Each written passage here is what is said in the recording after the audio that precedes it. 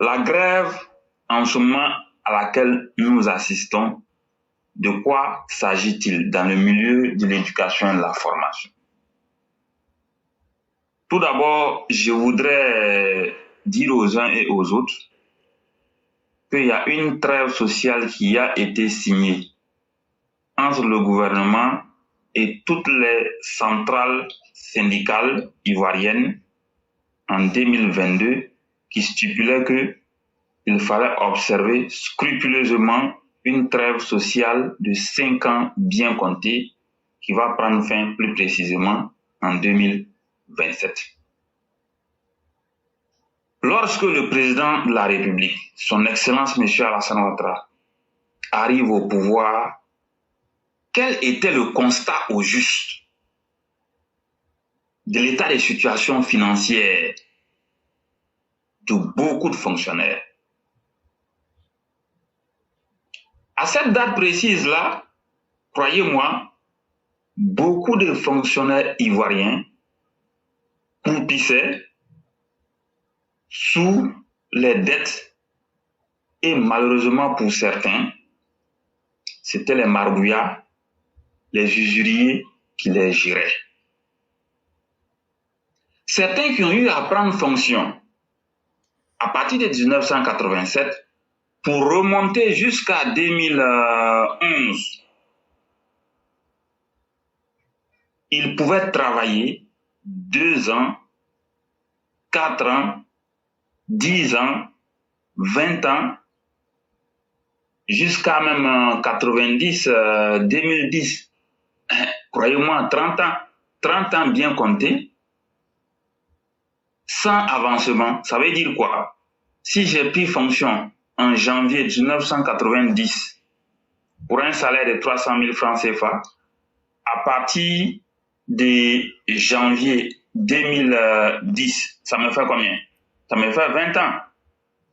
Bon, si malheureusement à moi, il n'y avait pas d'avancement quand on arrivait en janvier 2020 que je partais à la retraite, j'avais les mêmes 300 000 francs CFA. Alassane Ouattara, quand il arrive au pouvoir, il instaure les avancements en 2014. Et il faut dire que, à cette date précise-là, ceux qui avaient 20 ans de service, 15 ans de service, 24 ans de service, passé de 1987 jusqu'à 2014, certains pouvaient avoir, on va dire, jusqu'à 26 ans de service. À supposer que votre avancement, par exemple, était de 20 000 francs CFA, qu'on multiplie par 13, ça vous fait combien? Ça vous fait 260 000 francs CFA sur le salaire. À supposer que votre avancement, c'était 10 000 francs CFA, que vous avez travaillé sur 20 ans, on multiplie par 10, ça vous fait 100 000, ça vous fait 100 000 francs sur le salaire. Donc, certains ont eu 10 000 sur le salaire, certains ont eu 20 000, certains ont eu 30 000, certains ont eu 100 000, certains ont eu 200 000, certains ont eu 250 000, selon l'ancienneté et le grade. Voilà un acte fort, très majeur, qu'Alassane Ouattara pose à partir de 2014. Alassane Ouattara ne s'arrête pas là.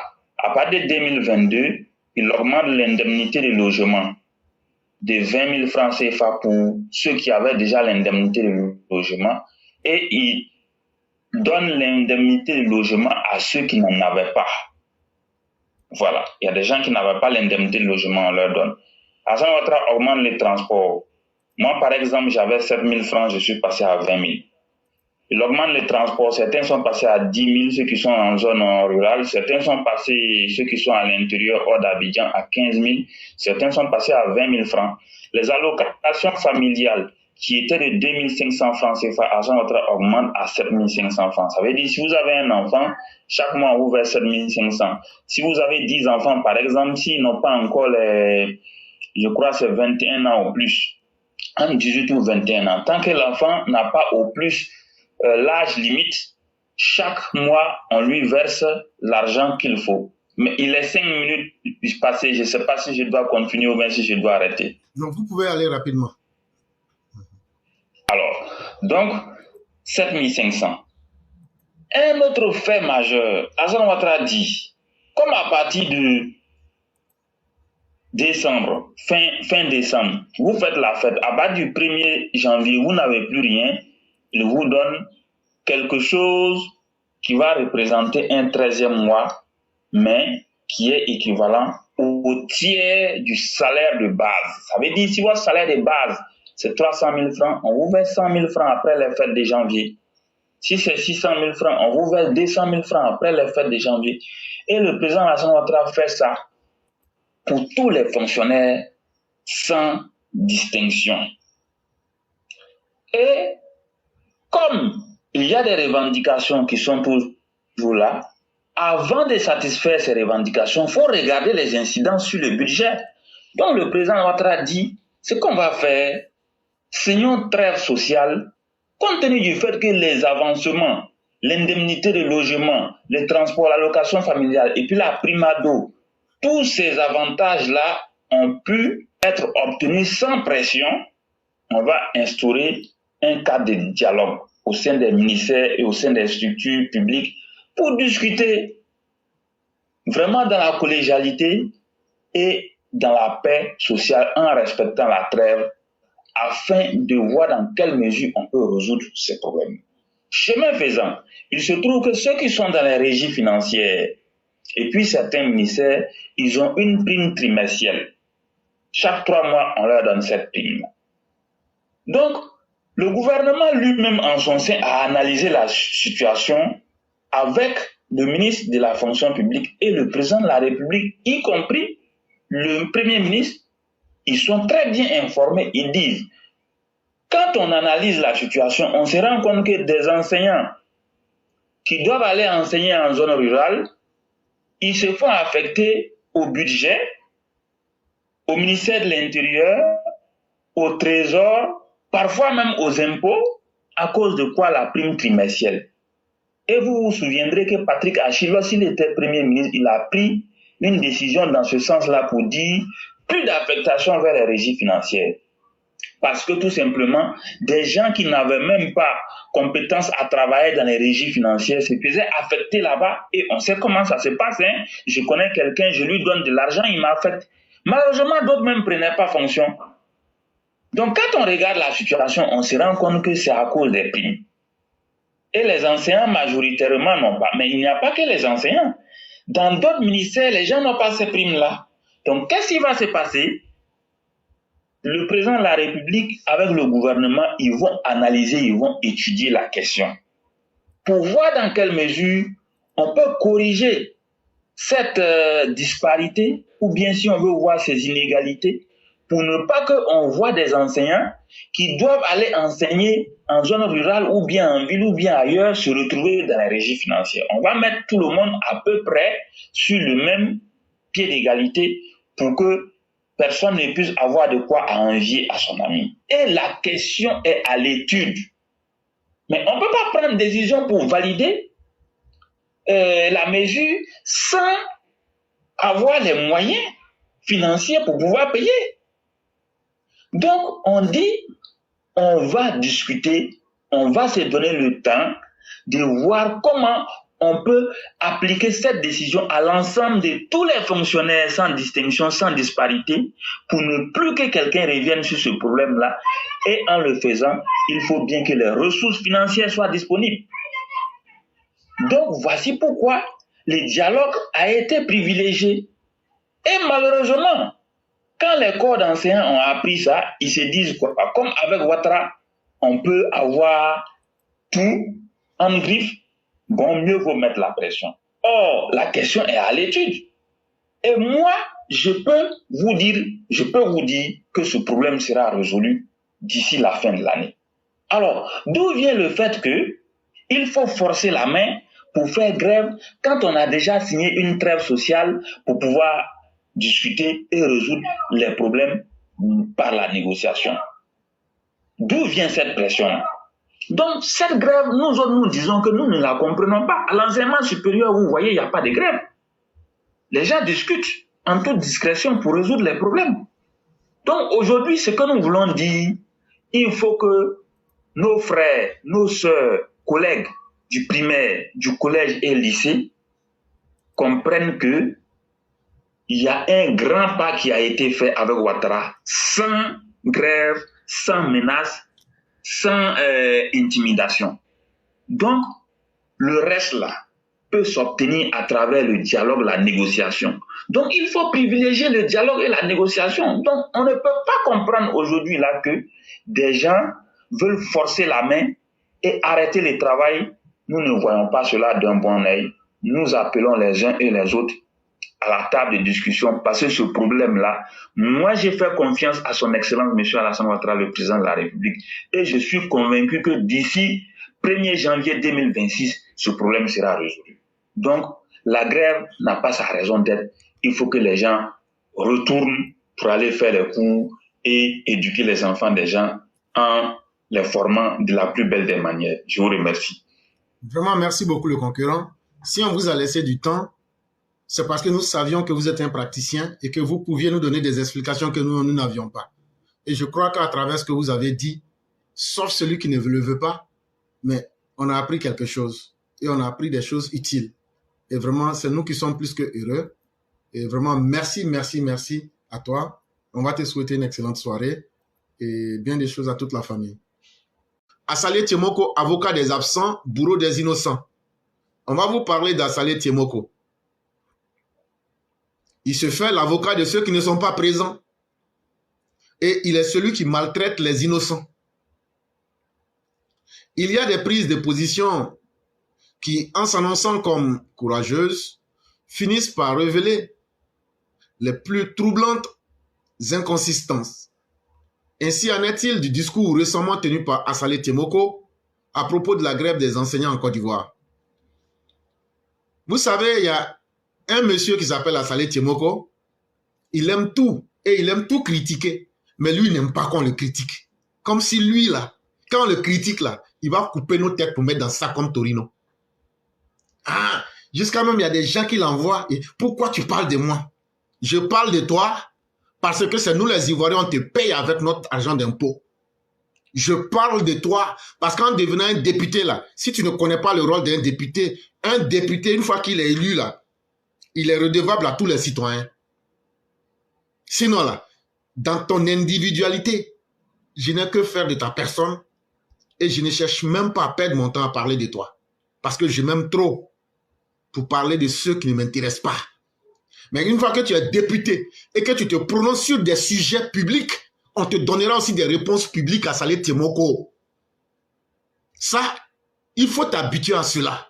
Tu ne peux pas vouloir improviser, t'improviser, paragon de la morale. Tu ne peux pas vouloir t'improviser, donneur de leçons, ou bien le plus grand scientifique du monde, et ne pas accepter qu'on puisse questionner tes actes. Et donc tout récemment, la grève des enseignants là, qui demandait des primes, il s'est prononcé sur cette grève-là. Très bien. De la même manière qu'il s'est prononcé là, on va lui dire que dans une société là, tous les problèmes de notre société qui sont là, c'est bien beau de se prononcer là-dessus. Et même c'est courageux. Mais avant de se prononcer sur un problème là, il faut prendre le temps d'étudier avec honnêteté les tenants et les aboutissants avant de sortir pour ne pas venir faire des déclarations inconsistantes, des déclarations qui sont sans tête ni queue, en pensant qu'on est l'homme le plus intelligent, en pensant que c'est lui seul qui voit la voie correcte et que les autres sont bêtes.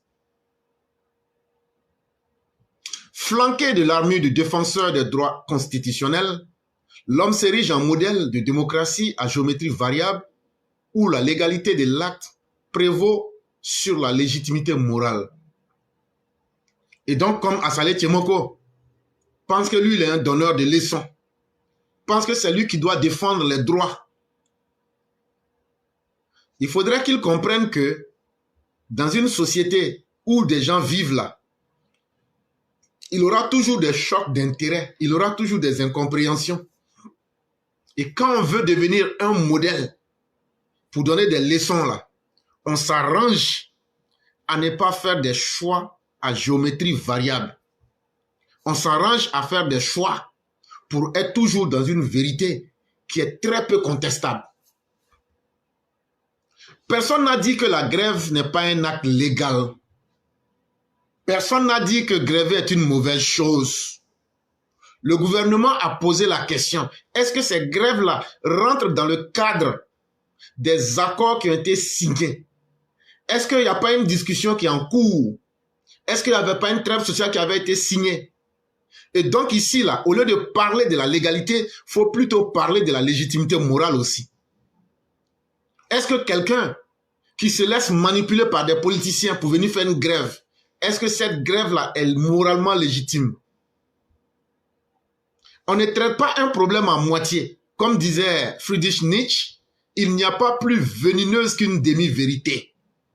Quand tu veux traiter un problème et quand tu veux porter le manteau d'un donneur de leçons, là, à Saleh Tiemoko, faut t'arranger là, faut traiter les problèmes dans tout leur sens. Ou bien, au plus, il faut essayer de pousser la réflexion pour essayer de voir le problème dans tous les sens avant de venir faire un choix qui sera bancal.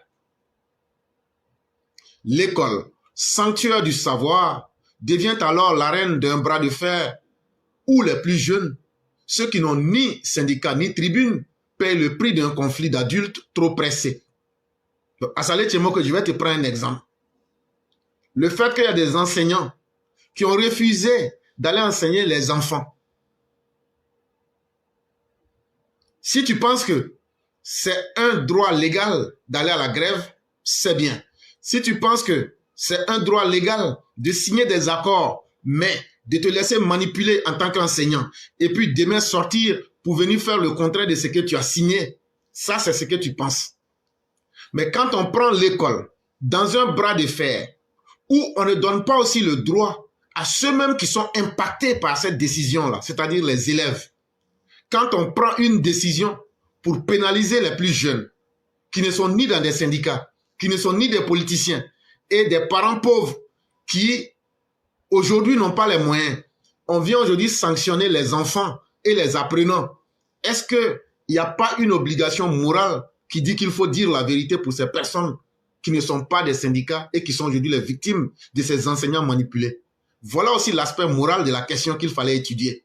Est-ce que c'est normal? Est-ce que c'est moralement acceptable que des jeunes enfants, que des élèves, que des apprenants, que des gens qui ne sont pas dans des syndicats puissent eux être ceux qui assument les conséquences d'une lutte politique entre des politiciens, entre des enseignants manipulés et entre un pouvoir en place?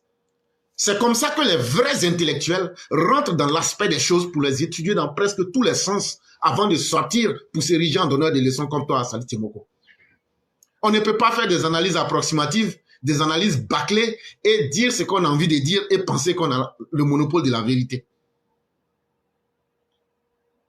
À Saleh Tiemoko, défenseur du spectacle de l'indignation. Député du peuple, il se pose en messager de la justice sociale, mais semble oublier que défendre le droit de grève n'exonère nullement d'un devoir de conscience. À Saleh Tiemoko, personne, le gouvernement en place n'a jamais dit que quelqu'un ne devrait pas réclamer ses droits ou même que quelqu'un ne devrait pas gréver.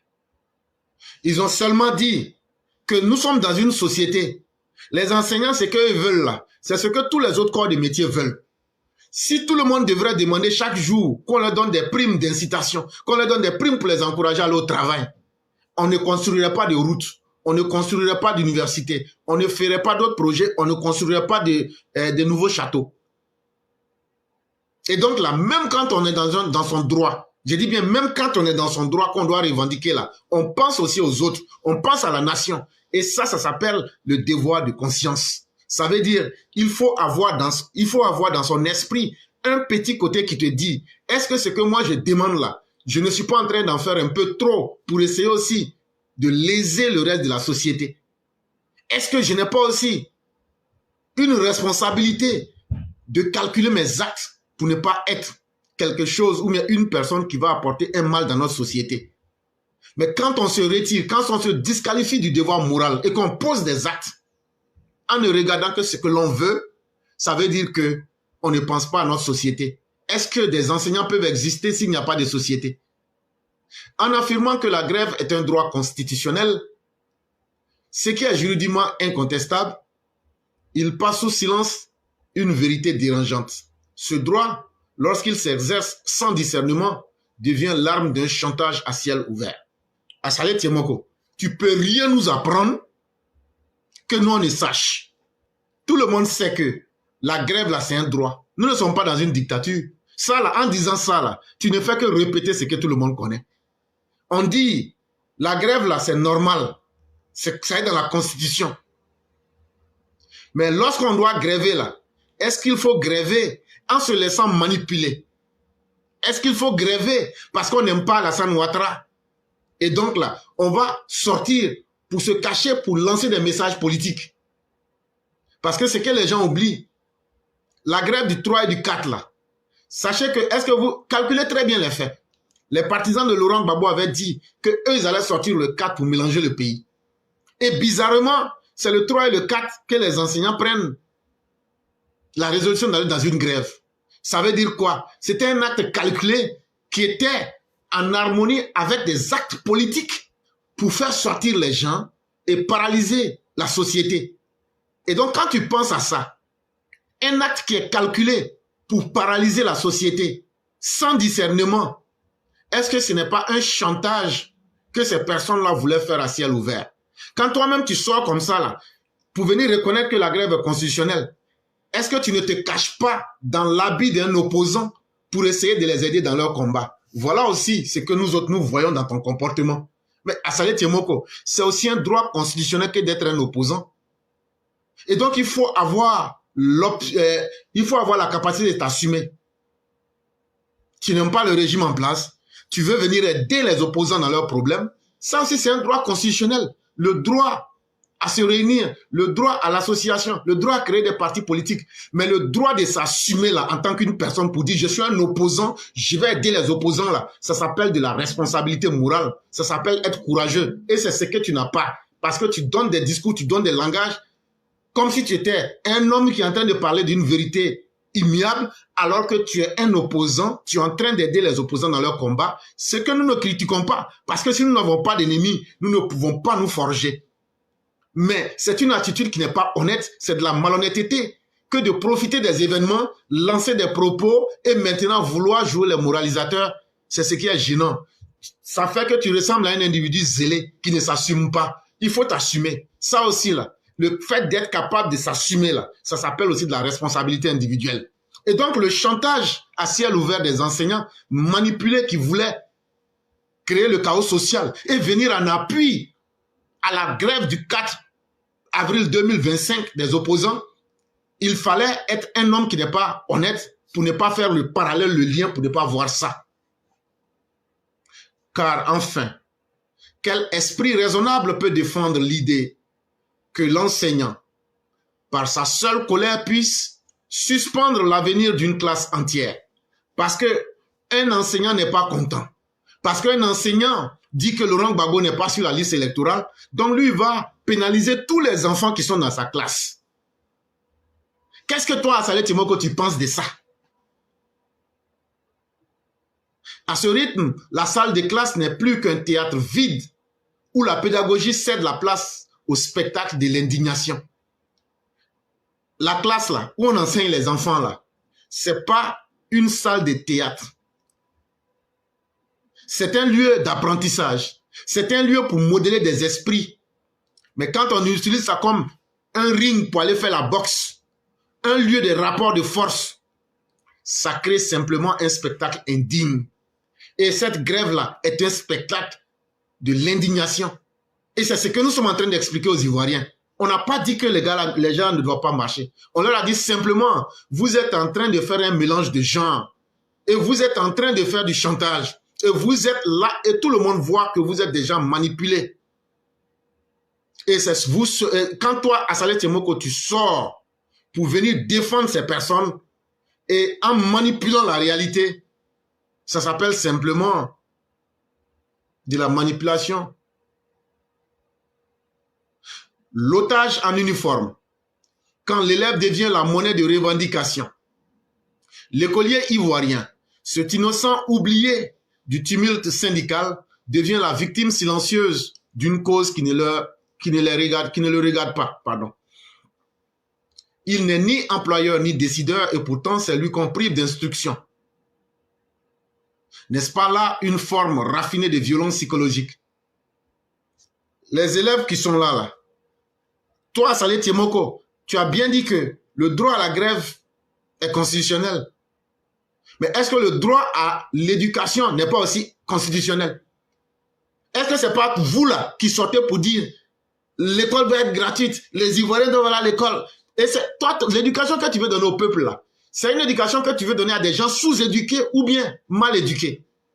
Parce que si toi, Saleh Tiemoko, tu es un vrai combattant pour les libertés sociales, tu dois d'abord demander, non seulement être capable de dire la vérité en regardant la vérité dans tous ses aspects, mais tu dois être capable de dire, moi je veux parler à des gens qui sont éduqués, des gens qui ont l'esprit ouvert, et donc là il faut qu'ils aillent à l'école, et donc le droit d'être enseigné là est aussi une obligation sociale. C'est même plus grand, et même une constitution. Même je dirais même que c'est un droit même moral.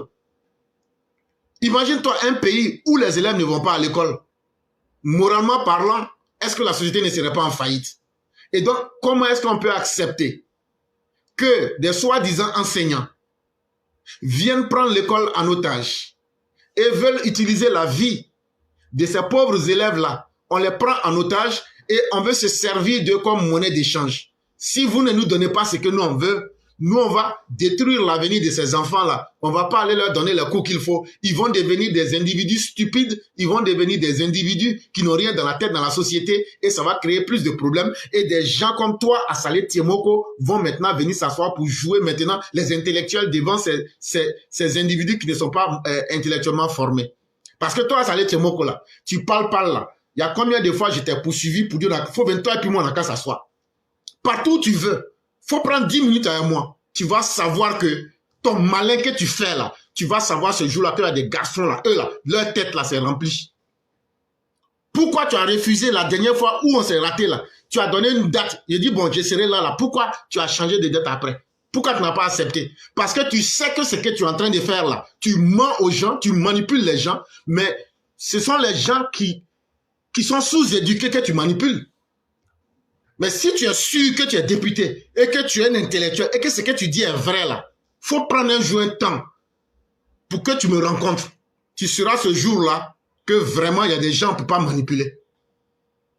C'est facile de parler. C'est facile de dire ce que chacun a envie d'entendre. Quand tu t'en vas pour courtiser une femme là, c'est un exemple que je prends. Tu lui dis ce qu'elle a envie d'entendre. Mais ton objectif là, tu caches ça. C'est comme ça, toi, Saleh Tiemoko, tu te comportes. Mais nous, là, on voit ça. Et nous, là, on va montrer ça aux gens. Ce que j'ai montré à Boga Sako, là, pour toi-même, là, ça va même pas atteindre 5 minutes.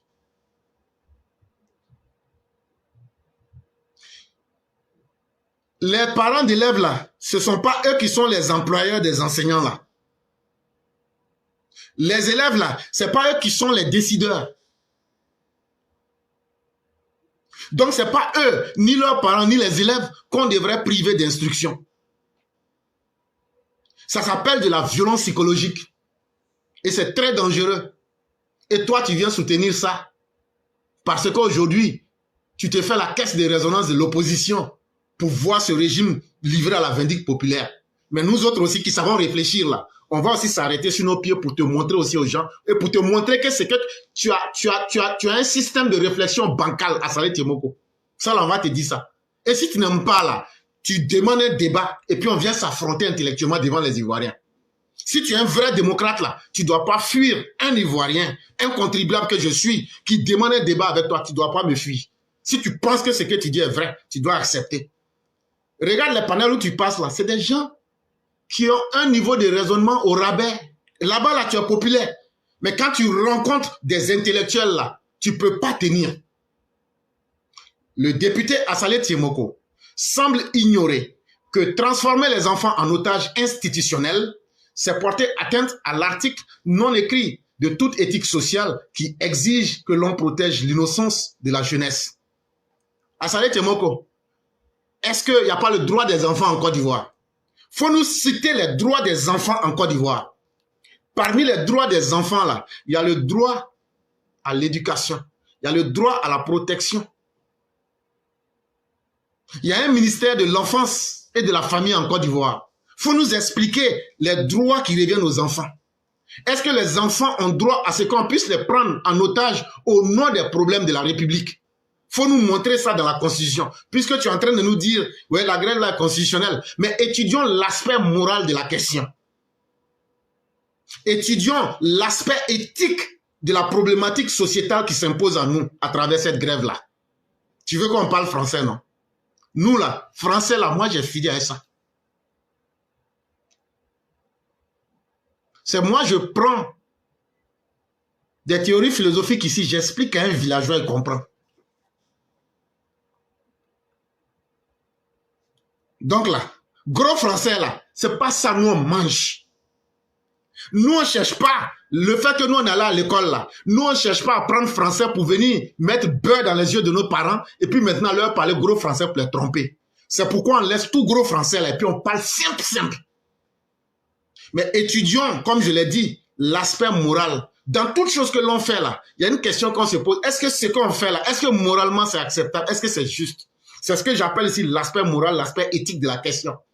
La grève là, c'est constitutionnel. La grève là, ils ont fait, non? Maintenant, étudions l'aspect moral. Est-ce que moralement, des parents d'élèves qui n'ont même pas les moyens de se nourrir, ces parents d'élèves là se privent de nourriture, travaillent comme des forçats, ils payent les fournitures de leurs enfants, ils payent la scolarité de leurs enfants. Et des enseignants s'asseyent pour dire, nous on s'en fout de toute cette souffrance-là. Parce que nous on devrait aider Laurent Gbagbo, on doit aider l'opposition ivoirienne. Donc là, on va se foutre de tout ce qui est question morale et faire ce qu'on veut en prenant ses parents d'élèves, en prenant ses élèves en otage pour atteindre les objectifs politiques de l'opposition ivoirienne. Ça là aussi, là, il faut évoquer cette partie de la question. Le droit à l'enseignement, un sacré oublié. Est-ce qu'on peut créer une nation si on ne forme pas ses filles et ses fils? Est-ce que la Constitution ne donne pas le droit à l'enseignement? De la même manière que la Constitution donne le droit à aller faire des grèves là. C'est comme ça aussi que la Constitution dit là, que chacun des citoyens de la République a droit aussi à l'enseignement. C'est un droit sacré. Le devoir de transmission de l'essence même du métier d'enseignant. Revendiquer ces droits ne saurait légitimer qu'on suspende ceux des autres, en l'occurrence ceux des enfants, à une volonté gréviste aveuglée par l'impatience. Voilà des gens. Vous êtes dans un processus de discussion avec l'État. L'État n'a pas dit qu'il ne respectera pas sa parole parce qu'eux sont pressés et donc il faut qu'ils imposent leur avis à l'État. C'est très bien. Mais le fait de revendiquer là, quelle place et quel choix vous donnez à ceux qui sont les victimes aveugles de votre grève? C'est sur ces questions-là aussi que nous nous basons.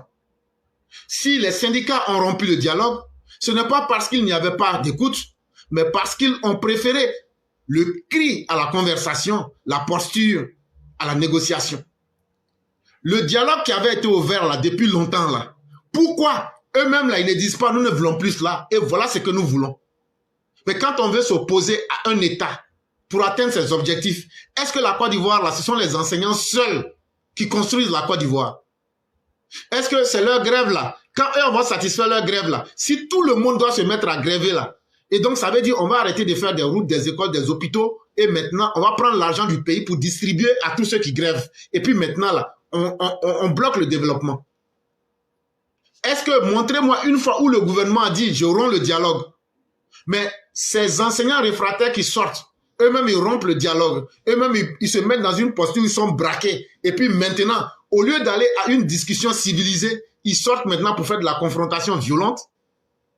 Ça là aussi, là, il faut nous expliquer ce genre de comportement. Or, toute grève qui refuse l'altérité du dialogue cesse d'être une lutte sociale pour devenir un caprice collectif.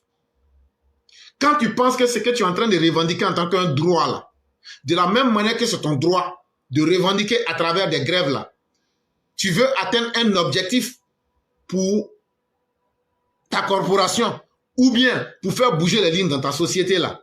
Il ne faut pas aussi oublier de respecter le droit des autres. Sinon, ça devient des caprices que tu veux imposer aux autres. La grève sans la présence, une anomalie de fonctionnement. Dans toute démocratie mûre, la grève signifie présence passive.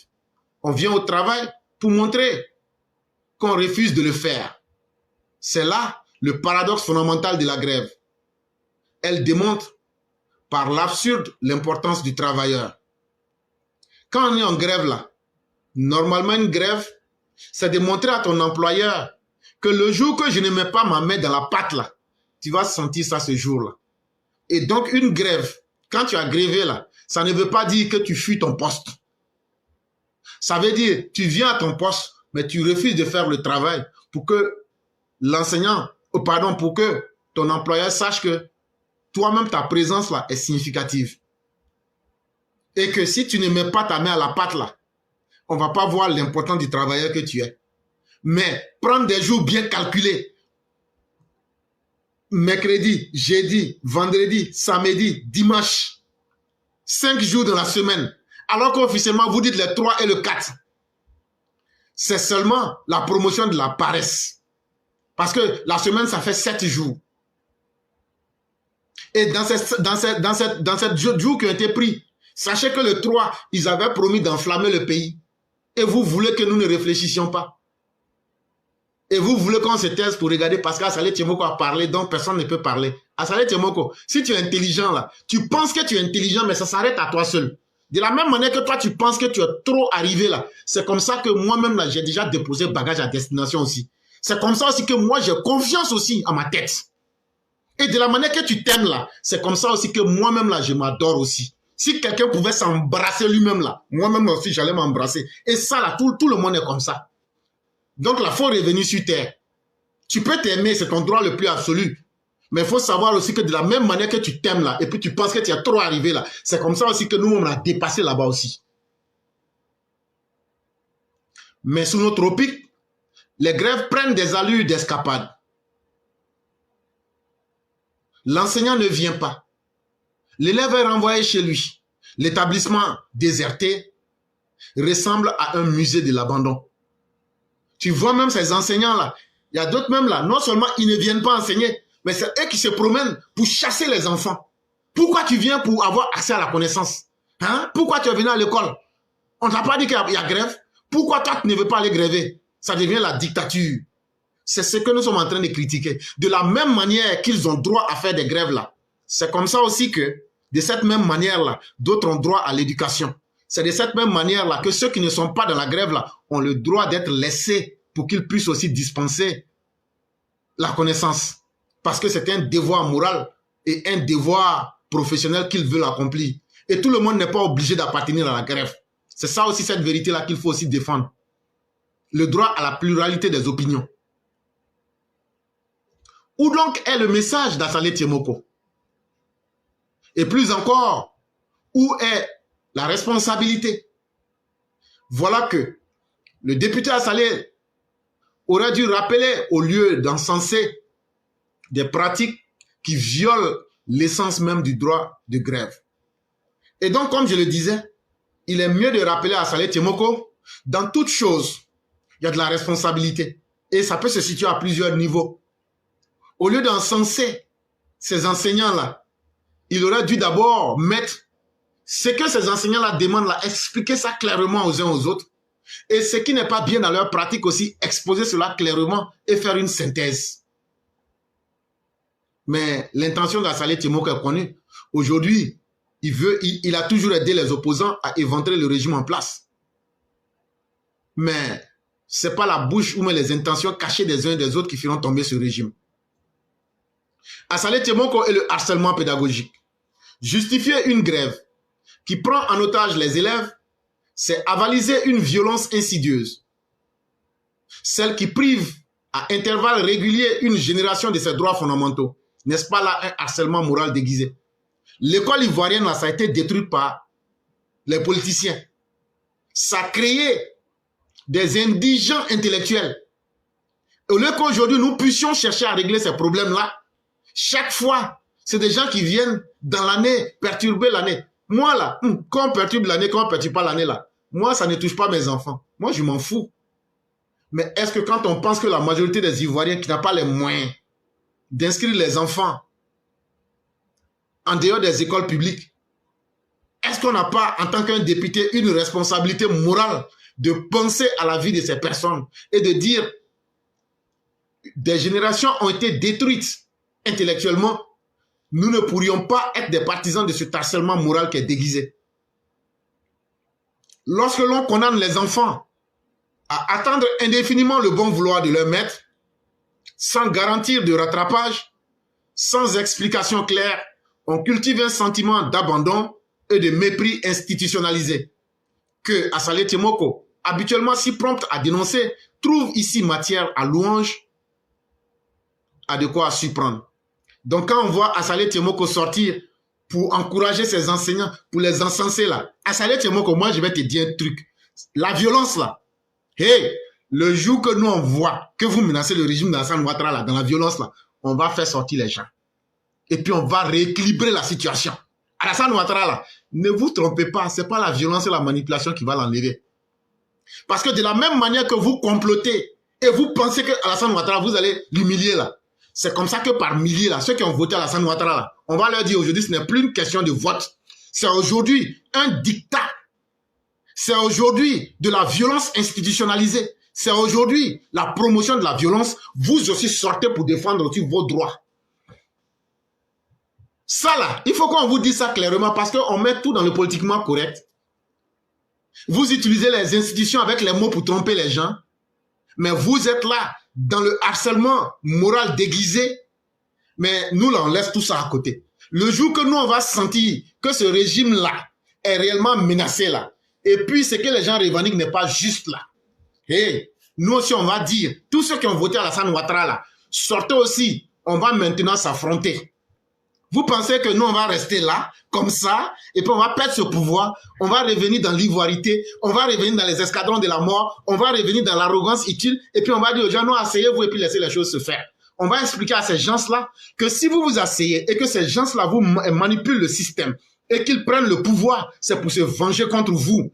Et dans cette vengeance-là, ils ne vont pas se donner des limites parce que c'est en vous imposant la violence qu'ils veulent prendre le pouvoir. Et si vous vous asseyez et si vous vous taisez, s'ils prennent le pouvoir dans ces conditions-là, est-ce que vous aurez le droit encore de leur dire de limiter leur capacité de violence contre vous? Donc sortez et soyez plus violents que eux pour vous imposer à eux.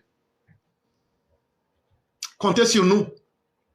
Nous avons le langage qu'il faut et nous avons déjà les hommes qu'il faut pour atteindre cet objectif. Remettre les pendules pédagogiques à l'heure. Si les enseignants là, ne veulent pas enseigner là, qu'ils sont fatigués là, et puis, école là, on ne les paye pas bien là, ils n'ont qu'à quitter. Là où on les paye bien, là, ils n'ont qu'à les faire. Politique, on gagne l'argent là, ils n'ont qu'à aller faire ça là-bas. Quand tu es dans quelque chose et puis tu ne gagnes pas là, ta conscience même te dit, il faut quitter dans ça. Hey, moi je suis à New York aux États-Unis. Si aventure là, ça ne m'arrangeait pas là. Hey, il y a longtemps, moi j'ai pris bagage pour rentrer au pays. Tu es dans quelque chose, tu gagnerais, mais tu es dedans. En ce moment-là, c'est Dieu qui t'a mis en enfer ou bien. Parce que le seul coin où on nous dit que quand tu rentres là-bas, tu ne sors pas là. On dit c'est l'enfer. Et ça, même ça, moi je ne crois pas en ça. C'est faux. Parce que quelqu'un qui a vécu pendant 40 ans, il est décédé. On dit comme il a commis une mauvaise chose toute sa vie là. Et puis ils viennent, surtout les Arabes là, quand ils disent il va être là-bas éternellement, éternellement. Mais allez prendre votre livre Bukhari, où il est avéré que le prophète un jour a dit que viendra un jour où des appels seront lancés dans les enfers pour demander s'il y a encore des gens, mais qu'on ne trouvera même pas un seul bruit. Même l'enfer, là, ça a une fin. Parce que c'est un lieu de correction. Ce n'est pas un lieu de punition éternelle. Comment on peut punir pendant 10 000 ans quelqu'un qui a vécu 40 ans? Ça ne fait pas justice.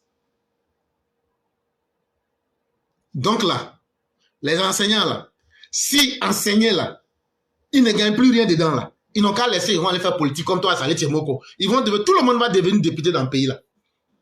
Tout le monde va devenir député puis politicien. Là, quand c'est comme ça, là, tout le monde va gagner beaucoup d'argent.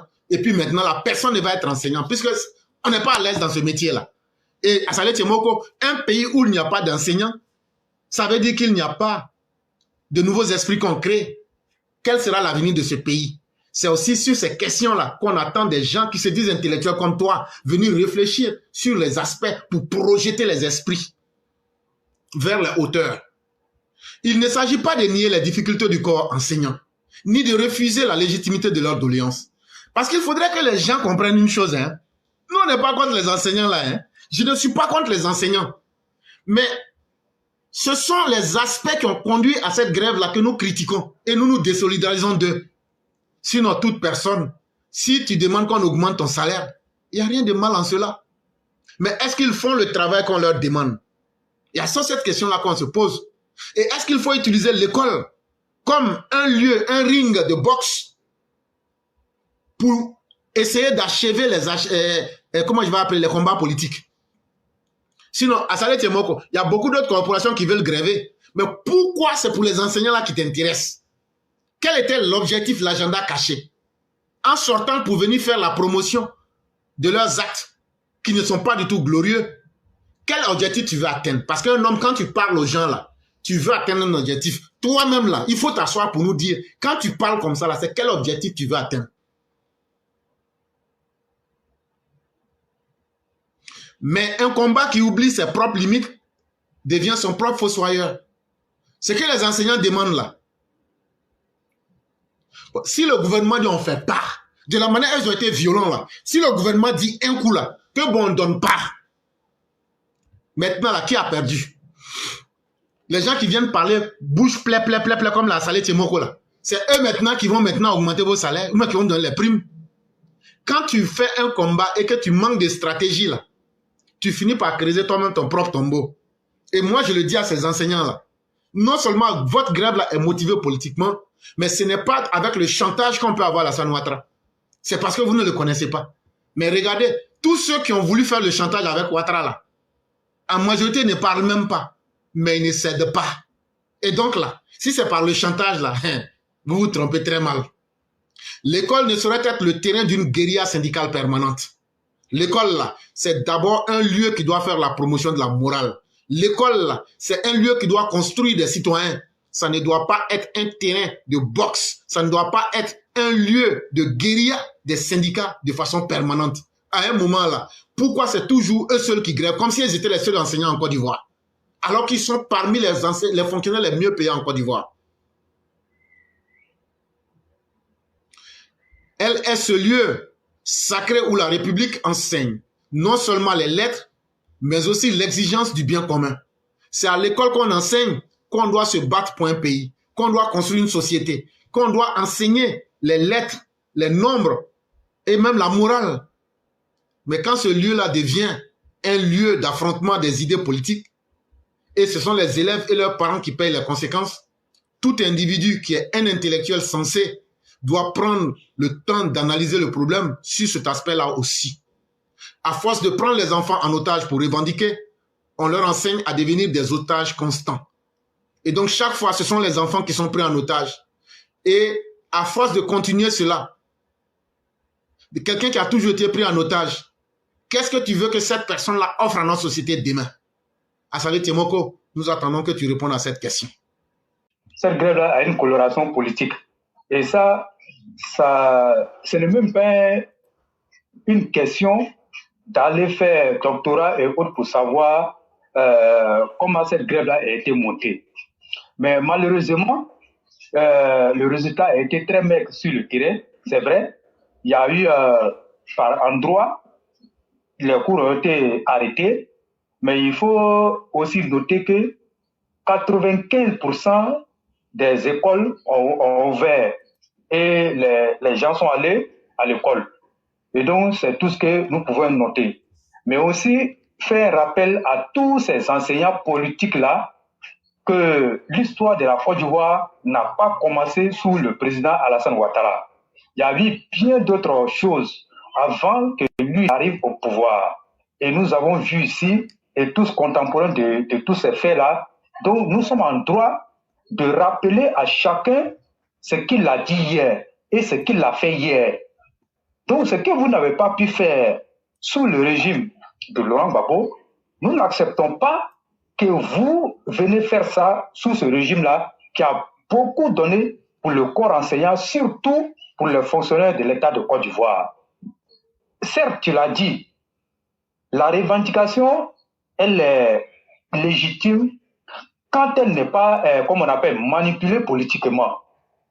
Sinon, chacun de nous, quand tu travailles, tu veux évoluer. Tu veux avoir une augmentation à chaque fois que cela nécessite. Mais quand la politique vient s'immiscer dans cette grève-là, mais nous disons non. Nous disons non. Et moi, j'ai eu ce débat avec un enseignant qui, depuis 2007, il a commencé à enseigner. Moi, je lui ai posé la question.